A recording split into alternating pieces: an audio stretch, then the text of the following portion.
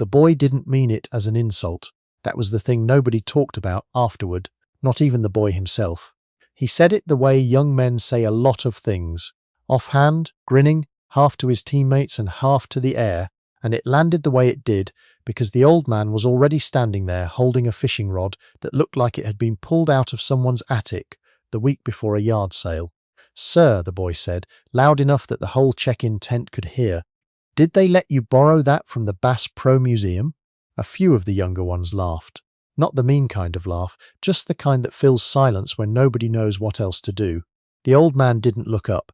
He was running his thumb along the blank, a strip of split cane, 4 sections, ferrules worn smooth from years of use, and whatever he was checking for, he seemed satisfied with it. He didn't answer the boy. He didn't look at him at all. He just finished what he was doing, set the rod carefully back in its canvas sleeve, and wrote his name on the registration form in the deliberate block letters of a man who learned penmanship before cursive became optional.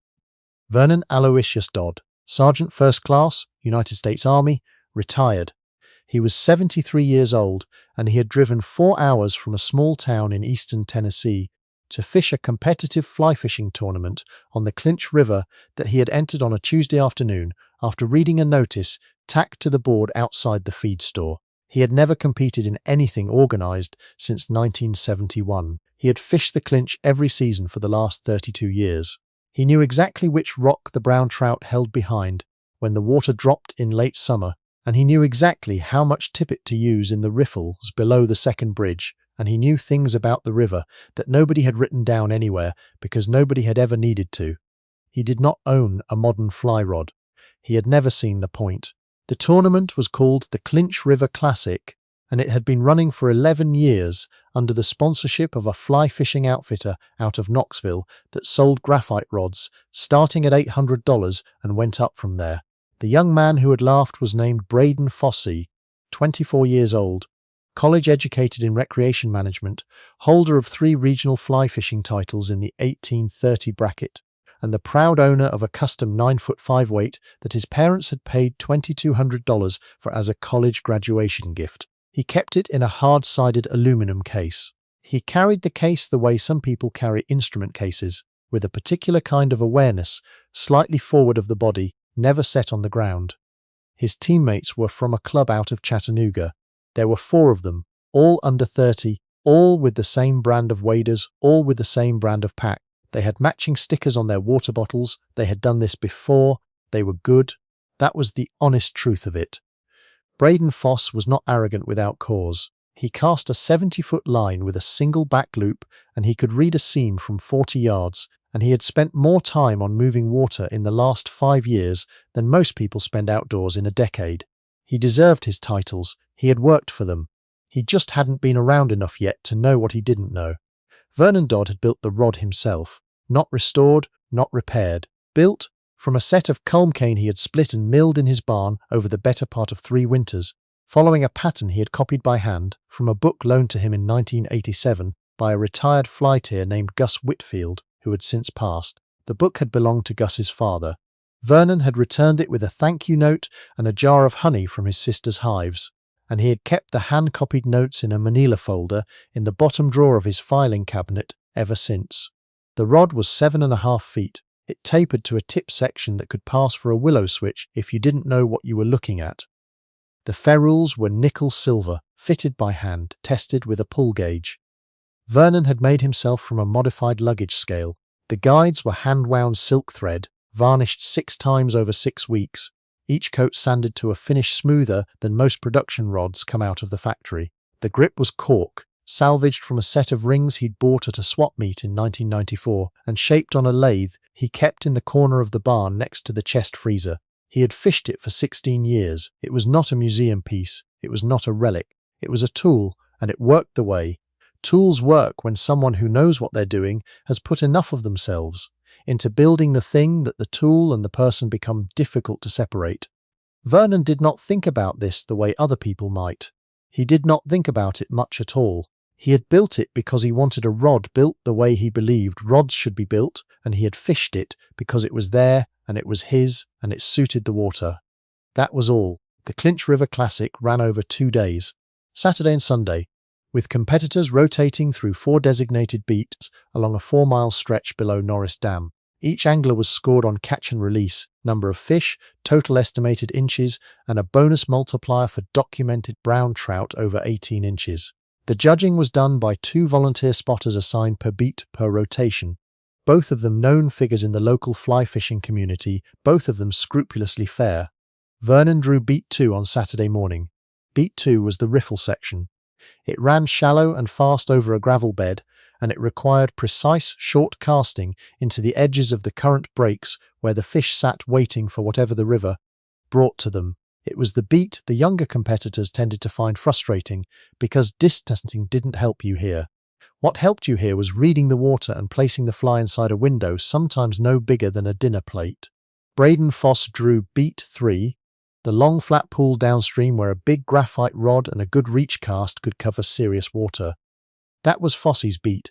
He knew it as soon as he saw the map. He smiled at his teammates, and one of them gave him a small nod that meant they all understood. Vernon put on his vest, canvas, not neoprene, the pockets softened and rounded by decades of use. The zipper on the left chest pocket replaced twice, and he walked down to beat 2 without speaking to anyone.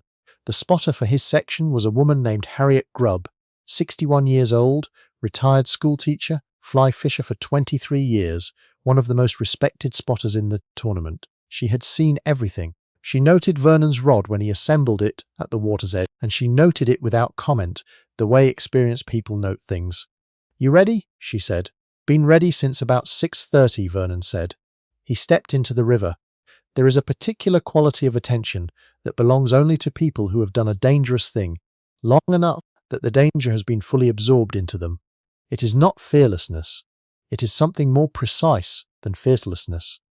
It is the ability to be completely present in a specific place in a specific moment without the intrusion of anything that is not immediately relevant, not the past, not the future, not what the man in the next pool is doing, not the scoreboard, not the drive home."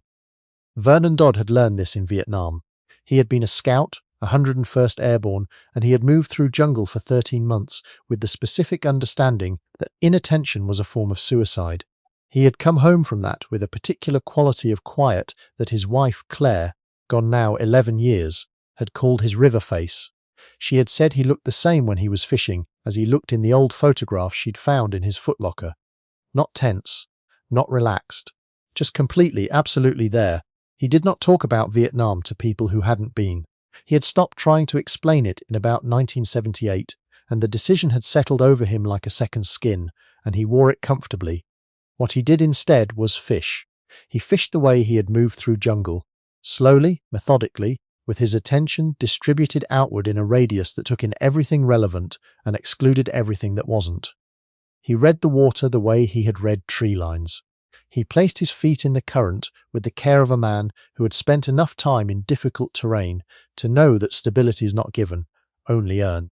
He watched the surface for the subtle dimpling and flicker that told him where the fish were holding and where they weren't, and then he cast, short, precise, looped tight as a hand-rolled coil of wire, and the fly landed where he intended it to land, every time without variation. The way a practice thing becomes something closer to reflex than decision. In the first 2 hours of Saturday morning, Vernon Dodd landed 11 brown trout on beat 2. The longest was 21 inches. Harriet Grubb had stopped writing in her score sheet after the 8th fish and was simply watching him, the way you watch something that you want to remember correctly later. Nobody at the tournament knew his record. That was not how Vernon operated. He had not mentioned it at check-in. He had not brought it up in the parking lot. He had not been on the water at the clinch in any organized capacity that anyone at the tournament had witnessed, because he didn't fish in tournaments, and he didn't go to club meetings, and he didn't have a social media page showing photos of himself knee-deep in the river with fish held out at arm's length toward the camera. What he had was 32 years on that particular river, in that particular section, in every water condition and every season, with enough accumulated knowledge of the specific behavior of that specific fishery that some of what he knew was not transferable and not teachable. It was simply his. The way intimate knowledge of a place becomes part of a person's interior geography after a time and enough attention. He knew, for instance, that the big brown trout on beat 2 ran tight to the left bank in late August when the water temperature climbed above 68 degrees because the spring seep that fed in from the hillside above kept a narrow corridor of cooler water along that margin that the fish preferred. He knew this not from any literature or any chart, but from 32 years of noticing it, year after year, in the particular way that observation becomes conviction, only after it has been tested enough times that it stops feeling like a guess. He worked that left bank edge in the last 45 minutes of his Saturday morning rotation and took 3 more fish, including a brown of 24 inches that Harriet Grubb measured twice to be sure. She was sure. The Saturday afternoon scores went up on a whiteboard outside the registration tent at 4 o'clock. Braden Fossey came in from beat 3 with 9 fish and a longest of 19 inches. It was a strong morning's work. His teammates gathered around him, and one of them clapped him on the shoulder, and the mood in the Chattanooga group was confident and good. Then Tom Bechtold, who ran the tournament and who had been doing it for 9 of its 11 years, walked up to the whiteboard and wrote the beat 2 numbers in his deliberate, even hand. The conversation in the tent didn't stop all at once. It tapered off the way a fire tapers when the fuel runs out. Gradually, then completely. Foss looked at the board. He looked at it for a long moment. 14 fish, 411 combined inches. A documented 24-inch brown trout with photographic verification from the spotter. He turned to look for the beat 2 angler and found Vernon Dodd sitting on a cooler at the edge of the parking area, eating a ham sandwich and watching the tree line the way men watch things they've been watching for a long time. Foss walked over.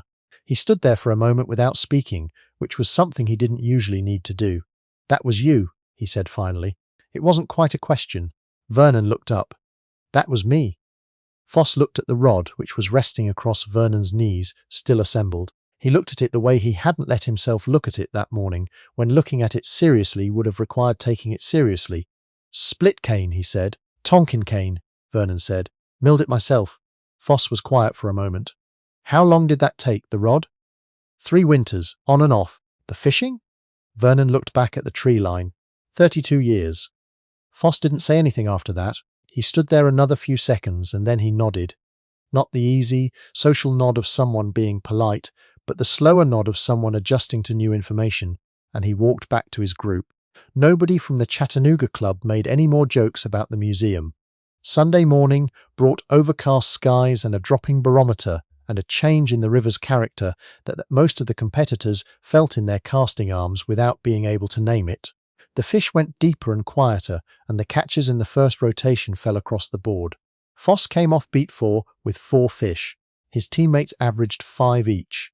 The numbers were thin all the way down the whiteboard. Vernon drew beat 1 on Sunday, the deep run below the dam where the water moved in slow, complex currents that changed direction twice in the same pool, creating the kind of ambiguous flow that required either a very long, carefully mended drift or a very short, precisely positioned one. It was not a beat that rewarded power casting. It rewarded patience and reading. He was on the water for 4 hours. He did not hurry. He moved through the pool in a grid pattern that he had worked out over years of fishing that specific stretch. Upstream first, then cross-current, then the deep slot along the far bank that opened up only when the generation schedule at the dam fell below a certain threshold. He had checked the generation schedule before driving down Friday night. He had known about the slot. When he came off the water at 11 o'clock, Harriet Grubb, who had requested the beat 1 spotter assignment for Sunday, after what she'd witnessed on Saturday, walked behind him up the bank, and she was the one who handed the score sheet to Tom Bechtold, and she did it with a particular expression that Bechtold had learned to pay attention to over 9 years of running this event. He looked at the sheet. Then he looked up at Harriet. "Same guy," he said. "Same guy," she said. The final scores were totaled in the registration tent at 2 o'clock Sunday afternoon. Tom Bechtold stood at the whiteboard and wrote the cumulative numbers in the same even hand he'd used all weekend, and when he finished and stepped back there was the kind of quiet in the tent that happens when something unexpected has been confirmed rather than just suspected. Vernon Dodd had placed first overall, by 22 fish and 167 combined inches. Braden Fossey had placed second. He was a genuinely good sport about it. He shook Vernon's hand with both of his, and the handshake was not a performance. It had the quality of something real, something a little uncomfortable, the handshake of a young man who has understood something he did not understand before and is not sure yet what to do with it. He held the grip a beat longer than was necessary. "I want to ask you something," Foss said. "Off the record." "Go ahead," Vernon said. "That rod, it's slower than anything I've ever cast. How does it do what it does?" Vernon looked at him for a moment. He seemed to be deciding something. "It doesn't do anything," he said. "It's a stick." Foss waited. He sensed there was more. "What does it is the same thing that did it 50 years ago on water nothing like this one," Vernon said. "You can't buy that part. You can only build it, and it takes a long time, and most people don't want to wait that long." He picked up the rod case and tucked it under his arm and reached over to sign the winner's receipt that Tom Bechtold was holding. The sponsor's representative, a man from the Knoxville outfitter named Craig Pellerin, who was 29 and good at his job and had a genuine enthusiasm for fly fishing that was not diminished by the fact that it was also his livelihood, found Vernon in the parking lot as he was loading the car. Pellerin had grown up fishing with his grandfather in North Carolina, and he still carried that version of fishing somewhere in him, separate from the version that moved product and ran clinics and managed a growing social media presence for the shop. He had watched Vernon fish from the road above Beat One for 40 minutes Sunday morning and had felt something he hadn't felt in a while, a particular kind of attention that the thing deserved more than he could give it right then. "Mr. Dodd," he said, "do you ever give casting lessons?" Vernon closed the trunk. He thought about it the way he thought about most things, not quickly, not with any apparent urgency. "Not formally," he said. "Would you ever consider it?" Vernon looked at him. He looked at the river beyond the tree line, where the water was still running over the same stones it had been running over all weekend, and would keep running over long after everyone in this parking lot was gone. "Come find me in the spring," he said. "March, when the midges are hatching. Bring waders." He got in the truck. He did not leave his number. He did not need to. Pellerin had his address from the registration form, and if the man was willing to drive to eastern Tennessee in March and find an old veteran on a river at midge hatch, then he was willing enough to be worth teaching. If he wasn't, that was fine too. Vernon made it home before dark. He fed the dog, a 12-year-old beagle named Porter, who moved slowly and slept most of the day, and greeted Vernon at the door with the reliable, low-key happiness of a dog who has learned that his person always comes back. Vernon gave him his dinner and ate his own standing at the counter, looking at the back field through the kitchen window. He washed the rod sections in the sink, dried them with a clean cloth, and checked the varnish on the lower ferrule, where he'd noticed a small stress mark in the finish on Saturday morning. It was nothing, a surface thing. He would touch it up before the next time out. He put the rod back on the pegs above the fireplace. It hung there between two photographs. The one on the left was a colour snapshot, taken sometime in the early 80s, of a man and a woman and a child on a riverbank, all three of them holding fish and squinting into the sun. Claire was 29 in that photograph. Vernon was 31. The child, their daughter Nora, who now lived in Asheville and called every Sunday evening, was 4. The one on the right was older and black and white. A young man in army fatigues, 19 years old, kneeling on red soils beside a wooden sign he had planted himself that morning at first light. The sign read, in hand-painted letters, "Bong Sun, 1968. The young man was not smiling. He was looking at something outside the frame of the photograph with the specific expression of someone who is deciding whether to trust what he is seeing. It was the same expression Vernon wore at the edge of the river. Porter walked over and lay down on the rug in front of the fireplace and put his chin on his paws and closed his eyes. Vernon sat in the chair beside the fireplace and looked at the rod for a while. Outside it had gotten dark. The field was quiet. Somewhere down the road a truck went by, and then the road was quiet too. He thought about the boy, Fossey, and the look on his face when he came over to ask his question. Not the first look, the dismissive one in the morning. The second look, the one that came after the board. There was something in that second look that Vernon recognized, although he hadn't seen it for a long time. It was the look of a person at the beginning of understanding, something that was going to take years to finish understanding. It was the look of someone who had just caught, very briefly and very clearly, a glimpse of how far there was still to go. Vernon had worn that look himself once, on a river in 1976, the summer after Claire's father, a man who had fished this same stretch of the Clinch for 40 years before the joints in his hands made it difficult. had put a rod in Vernon's hands and shown him something about reading a current seam that Vernon had been trying to seize on his own for 3 seasons without success. He had not forgotten the afternoon. He remembered the light and the temperature of the water and the exact cast the old man had made, and he had gone home and thought about it for a week before he fully understood what he'd seen. And then he'd gone back to the river and tried to do it himself, and failed, and tried again, and failed better, and done that for 2 more seasons until the thing was his in the way it had been the old man's. Not copied, but earned. You couldn't skip that part. Vernon had tried to explain it to people before. The trying had never gone well, not in the way that mattered, and somewhere in his 60s he had stopped trying to explain it at all. Not with bitterness, not with any sense of loss, just with the peaceful recognition that some things transfer only one way, slowly, over time, on the water, between the person who knows and the person who is willing to show up and pay attention. The rod on the wall was not a trophy. It was not a statement about tradition or craftsmanship or the old ways being better. It was a tool, and it worked because of what was in him, not what was in it. And what was in him had been put there by decades of water and attention and the accumulated patience of learning something one small correction at a time. The boy would figure that out, or he wouldn't. Vernon hoped he would. He sat in the chair until Porter started snoring, and then he turned off the lamp and went to bed. The river was still running. It would be running in the morning. He would be on it again in 2 weeks, alone, no scorekeeping, no spotters, no canvas case with a hard-sided lid in the trunk of some young man's car. Just the water and the rod and 32 years of knowing where to stand.